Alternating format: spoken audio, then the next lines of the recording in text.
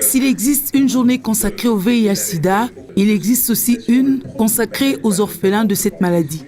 Pour attirer l'attention des communautés congolaises sur leur rapport à cette catégorie d'enfants, l'ASBEL, la main sur le cœur, a pensé à la conférence débat sur le VIH-Sida en République démocratique du Congo.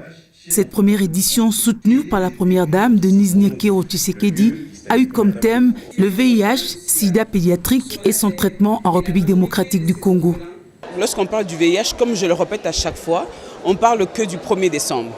Et pourtant, tous les jours, nous avons des enfants qui meurent d'une maladie liée au sida. Il fallait pour nous d'organiser cette conférence pour que le monde entier, la RDC en particulier, puisse savoir que le VIH touche aussi les enfants.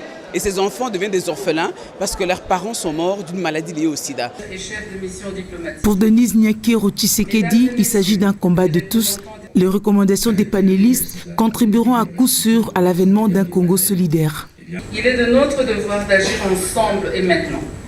Agir avant qu'il ne soit plus possible d'envisager des solutions raisonnablement et médicalement possibles pour endiguer ce fléau. Je reste persuadée que la lutte contre le VIH doit être le combat de tous, sans distinction de race ni de sexe et encore moins d'âge. C'est ainsi que je suis impatiente de prendre connaissance des recommandations issues des différentes réflexions de cette conférence qui devraient nécessairement contribuer chaque année à l'avènement d'une nation congolaise, toujours plus solidaire, plus attentive et plus engagée dans la lutte contre le VIH. Les orphelins du VIH-Sida, dont l'espoir de vie n'est plus à démontrer, se confortent dans leur situation et rassurent la société. Ce qui m'est arrivé peut aussi arriver à une personne. Et à cette personne-là, je dirais seulement courage, beaucoup de force, ne pas baisser les bras, continuer à vivre. La vie est encore trop longue et on a besoin de nous. On peut faire de grandes choses dans ces pays, malgré que plusieurs personnes nous sous-estiment encore. Il faut toujours garder le sourire et l'espoir dans la vie.